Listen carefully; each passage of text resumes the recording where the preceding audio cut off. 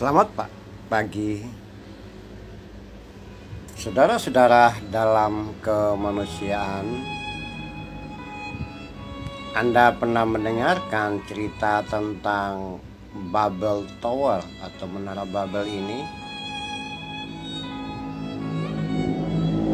Anda bisa lihat dari bacaan yang dicatat oleh para pendahulu kita. Kemudian mereka satukan dalam kitab Genesis atau Kejadian. Perhatikan baik-baik kisah ini yang sejak kecil mungkin kita sudah tahu kisah ini. Ya, sebagai bagian kisah atau bahkan legenda yang diceritakan ulang-ulang. Yang menarik adalah yang saya bawa kepada saudara-saudara sekalian pada bagian ini. Manusia gagal membangun Menara Babel. Kemudian terjadi pemisahan, mereka berpisah, tersebar kemana-mana.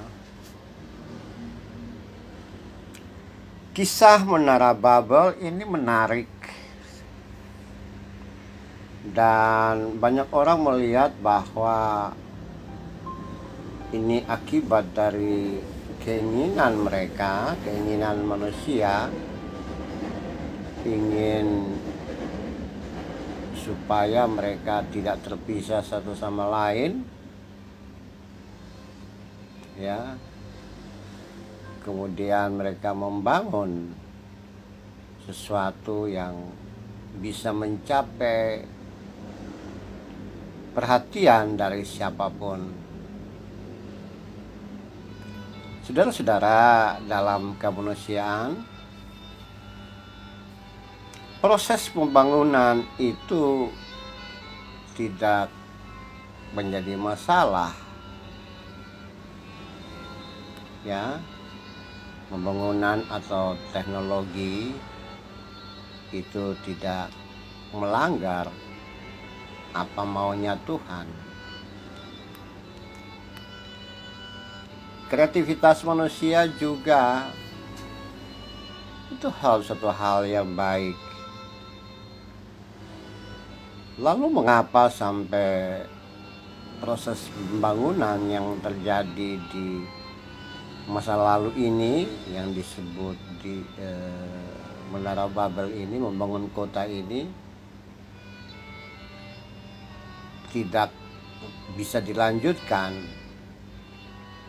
ya.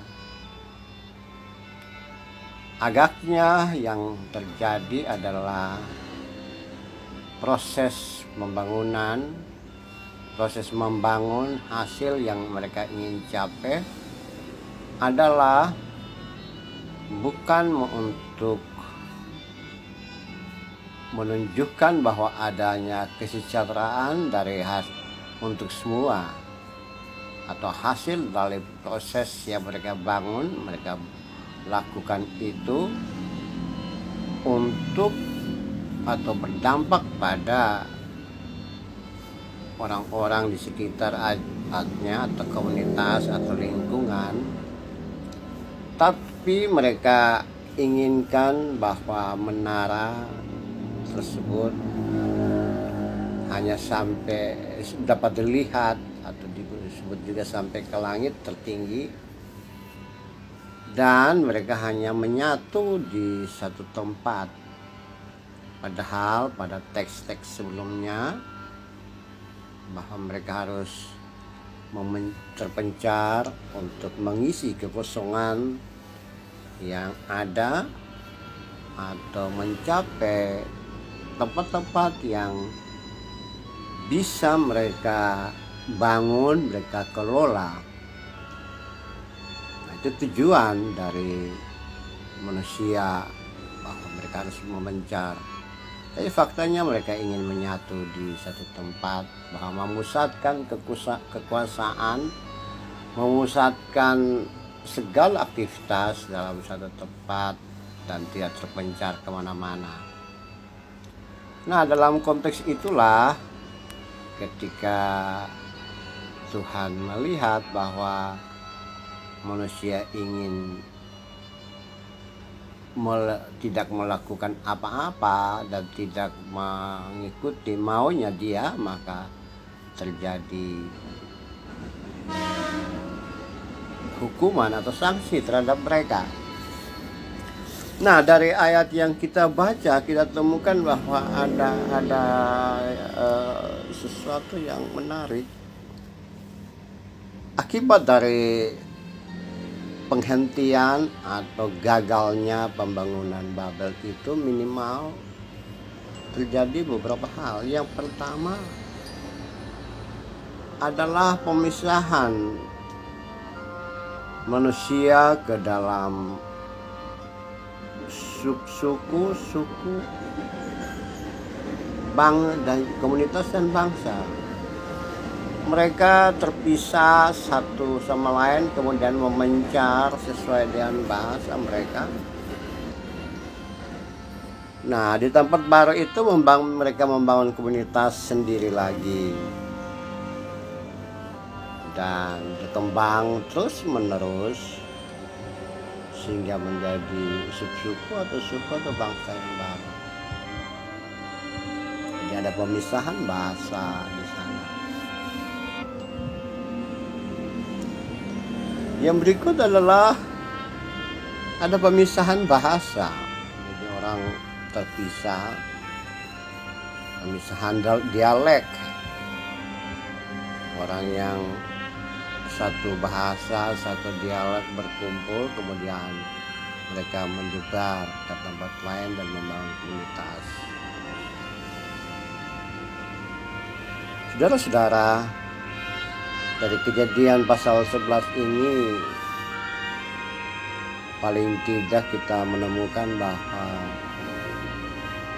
proses pembangunan atau teknologi itu tidak salah. Silakan manusia mengembangkan teknologi sebaik mungkin, semaju mungkin. Tapi hasil dari proses itu, membangun itu, teknologi itu bukan untuk ada di satu lokasi atau satu tempat tertentu, melainkan dampak pada kesejahteraan semua untuk semua, termasuk lingkungan hidup dan tempat-tempat yang kosong. Yang kedua, peristiwa Kejadian pasal 11 ayat 1 sampai 9 ini juga menunjukkan bahwa adanya pemisahan bahasa, dialek, bahasa-bahasa. Ya, kita pahami sampai sekarang bahwa ada banyak bahasa suku dan bangsa. Dan juga yang terjadi di sini adalah pemisahan ras, pemisahan bangsa. Manusia terbagi dalam komunitas-komunitas suku, bangsa dan ras, semuanya terjadi. Nah, untuk menyatukan itu semua kita mempunyai bahasa persamaan. Tadinya manusia itu menyatu, sekarang manusia terpisah secara antropologis, tempat, lokasi, bahasa, dan seterusnya. Perbedaan-perbedaan itu hanya bisa menyatu kembali jika saling menyapa sebagai saudara-saudara dalam kemanusiaan. Saya berbeda bahasa suku, bahasa bangsa. Saya berbeda dengan dia karena tempat tinggal sesuai dengan area geografis yang ada. Saya berbeda dengan dia karena postur tubuh, tidak saling mengenal atau tidak tahu siapa dia. Keterpisahan manusia itu hanya bisa kita menyatu kembali dan menyadari bahwa sama-sama adalah umat ciptaan Tuhan. Dan juga yang kedua adalah kita saling menyapa sebagai saudara-saudara dalam kemanusiaan. Ia bukan sebangsa dengan saya, ia tidak sesuku dengan saya, ia tidak seagama dengan saya, atau dia tidak seras dengan saya, segolongan dengan saya.